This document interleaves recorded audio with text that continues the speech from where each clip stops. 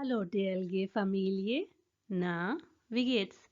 इस वीडियो में हम एक बहुत इम्पॉर्टेंट टॉपिक डिस्कस करेंगे जो कि है मोडाल व्यापन।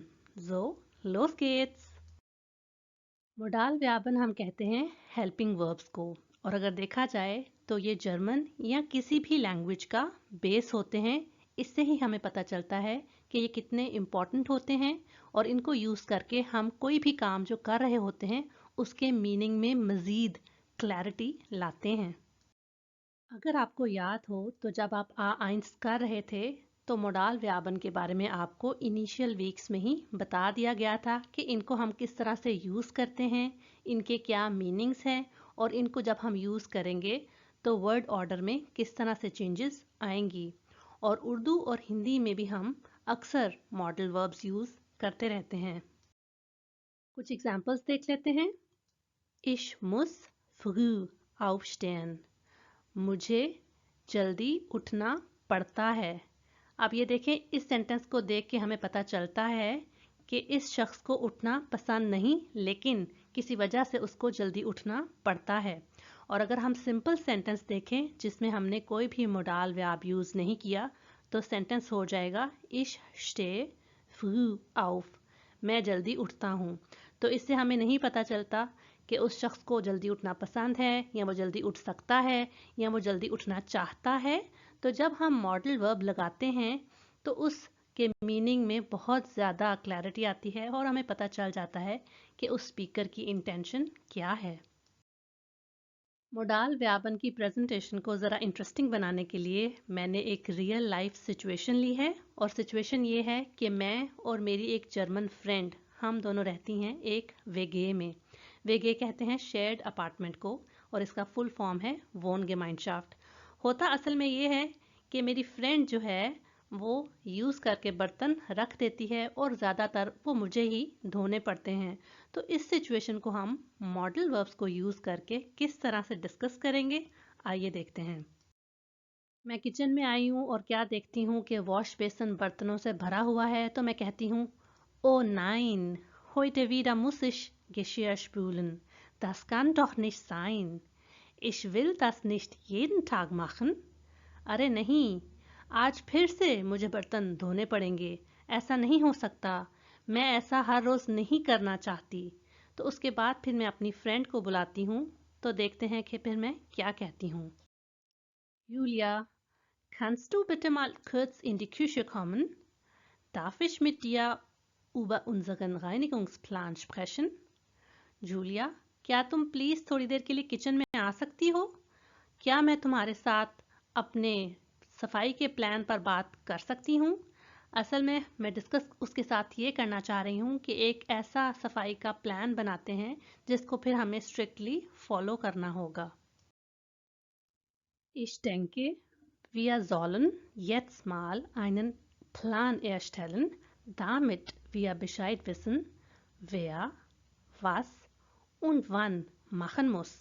Ich möchte nicht jeden Tag Geschirr spülen. मुझे लगता है कि हमें अब एक प्लान बनाना चाहिए ताकि हमें पता चल जाए। बेशाइड विसन एक्सप्रेशन का मतलब है पता चल जाना। वेया, किसको, क्या और कब करना पड़ेगा कोई भी काम जो कि प्लान के मुताबिक होगा।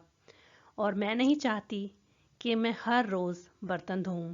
और अगर आपने नोट किया हो तो इस सारे के सारे टेक्स्ट में काफ़ी सारे मोडाल व्यापन यूज़ किए गए थे जो कि हम अभी देखते हैं।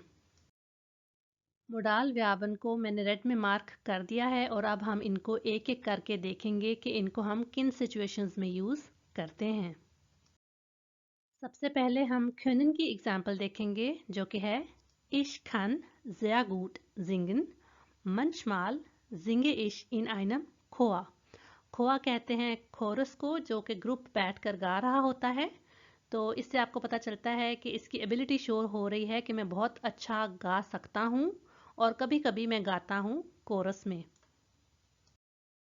आज मुझे गोश्त पकाना है, बीफ, और मेरे घर पे बीफ नहीं है, तो मैं अपनी फ्रेंड से रिक्वेस्ट कर सकती हूँ इस तरह से Kannst du mir bitte 5 Kilo Rindfleisch kaufen und es mir vorbeibringen? इसका मतलब है क्या तुम प्लीज़ मेरे लिए 5 किलो बीफ खरीद सकती हो और उसको मेरे यहाँ ड्रॉप कर सकती हो। फॉर बाय ब्रिंगन होता है टू ड्रॉप ऑफ। तो अगर आप देखें तो इस खंस्ट में और इस खन में डिफरेंस है। डिफरेंस यहाँ पर मैं कॉन्जुगेशन की बात नहीं कर रही, बल्कि इस सेंटेंस के मीनिंग में और इस सेंटेंस के मीनिंग में डिफरेंस है, उसकी बात कर रही हूँ, जो कि हम अभी देखने लगे हैं। können को हम डिफरेंट चीज़ों को इंडिकेट करने के लिए यूज़ कर सकते हैं। उसमें से एक है अपनी फähigkeit बताना। फähigkeit कहते हैं अपनी स्किल, अपनी किसी कैपेबिलिटी के बारे में किसी को बताना, हम उसके लिए können यूज़ करते हैं। जैसे कि यहाँ पर जिंगन की बात हो रही थी, इसी तरह हम बना सकते हैं sentences. Ich kann sehr gut tanzen oder ich kann sehr gut backen oder ich kann sehr gut kochen।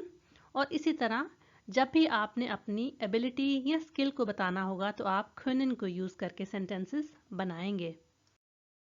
और können का सेकंड यूज़ हम möglichkeit को इंडिकेट करने के लिए भी करते हैं। möglichkeit कहते हैं पॉसिबिलिटी को, अपॉर्चुनिटी को, कि क्या ऐसा ये काम हो सकता है, तो उसको हम können के साथ इंडिकेट कर सकते हैं। सेकंड हेल्पिंग वर्ब है müssen, जिसका मतलब है मस्ट, और इसकी एग्जाम्पल है er muss oft am Wochenende arbeiten। उसको अक्सर वीकेंड पर काम करना पड़ता है। और सेकंड एग्जाम्पल तो मैंने अपनी लाइफ से ली है, और अक्सर ऐसा ही होता है कि मैं डेडलाइंस जब आ रही होती हैं कोई भी अपने असाइनमेंट्स को या अपने टर्म पेपर्स को सबमिट करवाने की, तो मैं एंड में जल्दी जल्दी काम कर रही होती हूँ। हालांकि ऐसा करना चाहिए नहीं, लेकिन फिर भी हम ऐसे ही है ना देसी, के सर पे कोई काम आके पड़ेगा तो ही उसको जल्दी जल्दी करेंगे, वरना नॉर्मली पहले से काम करके नहीं रखते। तो ये एग्जाम्पल है bis zum kommenden Montag muss ich meine Hausarbeit fertig schreiben। आने वाले सोमवार तक मुझे मेरा टर्म पेपर कंप्लीट लिखना है। तो यहाँ पर देखें मुस लगा है कि करना पड़ेगा वो काम ना उसको। अच्छा, मिशन बड़ा मज़े का एक है, इसकी हम अभी डिटेल देखते हैं कि ये हम किन सिचुएशंस में यूज़ करते हैं। मिशन को हम यूज़ करते हैं नोटवेंडिशकाइट इंडिकेट करने के लिए, और इस वर्ड का मतलब है नीड, यानी किसी भी काम को अगर हमने करना है तो उसके करने की क्या और कितनी ज़रूरत है। अच्छा, मिशन हम उन सिचुएशंस में यूज़ करते हैं कि वो हमें काम हर हाल में करना ही है। अगर हमने वो काम ना किया तो उसके बुरे कॉन्सिक्वेंसेस हो सकते हैं, तो इसलिए हमें वो काम करना पड़ता है। थर्ड है जी sollen, और इसकी फर्स्ट एग्जांपल है ich soll selbst den Führerschein machen। मुझे खुद ड्राइविंग लाइसेंस करना चाहिए। तो sollen और müssen वैसे तो इंटरचेंजेबली हम यूज़ कर सकते हैं, लेकिन इन दोनों में डिफरेंस भी होता है, जो कि मैं आपको थोड़ी ही देर में बताऊंगी। मेरी फ्रेंड से मेरा कांटेक्ट नहीं हो पा रहा और मुझे उससे बहुत ज़रूरी बात करनी है, तो जब मुझे उसकी कज़न मिलती है तो उसको मैं कहती हूँ Sag ihr bitte, dass sie mich sofort anrufen soll। उसको कहो प्लीज़ कि मुझे फ़ौरन कॉल करे। अच्छा, अब आपने देखा होगा कि इस सिचुएशन में कि मैं किसी और को रिक्वेस्ट कर रही हूँ कि कोई थर्ड पर्सन मुझे कॉल करे, और इसमें इस बंदे को खुद ही कंसर्न है कि इसको ड्राइविंग लाइसेंस लेना है। तो अब हम देख लेते हैं कि हम sollen को किन सिचुएशंस में यूज़ करते हैं। sollen को हम यूज़ करते हैं Aufforderung शो करने के लिए। इस वर्ड का मतलब है कमांड, रिक्वेस्ट, चैलेंज। और जैसे मैंने आपको पहले बताया कि sollen और müssen मिलते जुलते लगते हैं ना, जैसे इंग्लिश में भी मस्ट और शुड हमें समझ नहीं आती कि हम किस जगह पर मस्ट यूज़ करें और कहाँ पर शुड यूज़ करें। इसी तरह जर्मन में हम müssen तब यूज़ करते हैं जब एक नीड की सिचुएशन होती है और हमें वो काम हर हाल में करना ही है, वरना मसला हो जाता है। लेकिन sollen उसका लाइटर वर्जन है कि एक डिमांड होता है या चैलेंज होता है। अब अगला बंदा या हम खुद वो काम अगर ना भी करें तो इतनी ज़्यादा नीड की सिचुएशन नहीं होती। वॉलन की फर्स्ट एग्जाम्पल की सिचुएशन ये है कि मैं अपनी फ्रेंड से पूछती हूँ कि हम सिनेमा जा रहे हैं, क्या तुम भी आना चाहती हो साथ। तो उस सिचुएशन में मैं कहूँगी Tim, ich und Lena gehen morgen ins Kino. Willst du mitkommen? Second example है, अगर मुझे मूसली पसंद नहीं तो मैं कहूँगी Ich will zum Frühstück auf keinen Fall Müsli essen.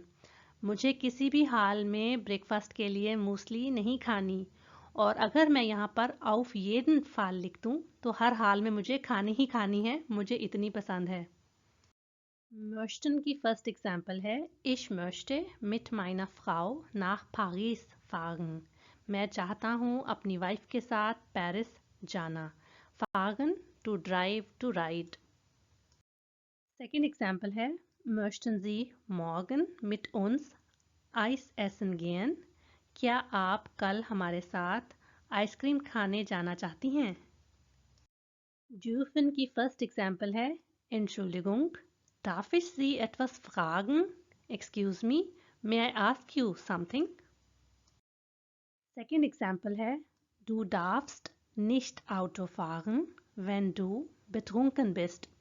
तुम्हें गाड़ी चलाने की इजाज़त नहीं है जब तुम ड्रंक हो। और ये रूल भी है, आपको पता होगा कि जब कोई शख्स बहुत ज़्यादा ड्रंक हो तो उसको गाड़ी चलाने की इजाज़त नहीं होती। अब हम देख लेते हैं कि ड्यूफन की हमने ये जो दो एग्जाम्पल्स देखी हैं, इनको हम किस कैटेगरी में लाएंगे। एक तो है एलाउबनेस, जिसका मतलब है परमिशन। जब हमने किसी बंदे को किसी चीज़ की रिक्वेस्ट करनी है तो हम डाफ यूज़ करते हैं। इसके अलावा हम जैसे एक और सेंटेंस बना सकते हैं, Daph ich Sie um etwas bitten? क्या मैं आपसे किसी चीज़ की रिक्वेस्ट कर सकता हूँ? और इसी तरह अलाउडनेस से बिल्कुल ऑपोजिट ये सिचुएशन है जिसमें हम ड्यूफन को यूज़ करते हैं, और वो है फरबोट। फरबोट का मतलब है बैन होना, कोई चीज़ मना होना। जैसे कि आपने अक्सर नोटिसेस और साइंस देखे होंगे, या फिर कोई सिगरेट बना होगा उस पर मार्क होगा, तो आप उस सिचुएशन में अगर कोई वहाँ पर स्मोकिंग कर रहा है तो आप उसको कह सकते हैं जी ड्यूफन हियर निस्ट राउchen। तो इससे हमें पता चलता है कि दो बिल्कुल ऑपोजिट सिचुएशंस में हम ड्यूफन को यूज़ करते हैं। अभी हमने सारे मोडाल व्यापन की दो दो एग्जाम्पल्स देखी और ये भी देखा कि किस तरह से वो सिचुएशन के अकॉर्डिंगली मीनिंग्स चेंज करते हैं। अब हम फिर से अपनी फर्स्ट एग्जाम्पल की तरफ वापस चलेंगे और देखेंगे कि कितने मीनिंग्स चेंज हो जाते हैं किसी भी मॉडल वर्ब को यूज़ करके सेंटेंस में। Ich spüle Geschirr. Das möchte ich gar nicht. Aber muss ich das machen?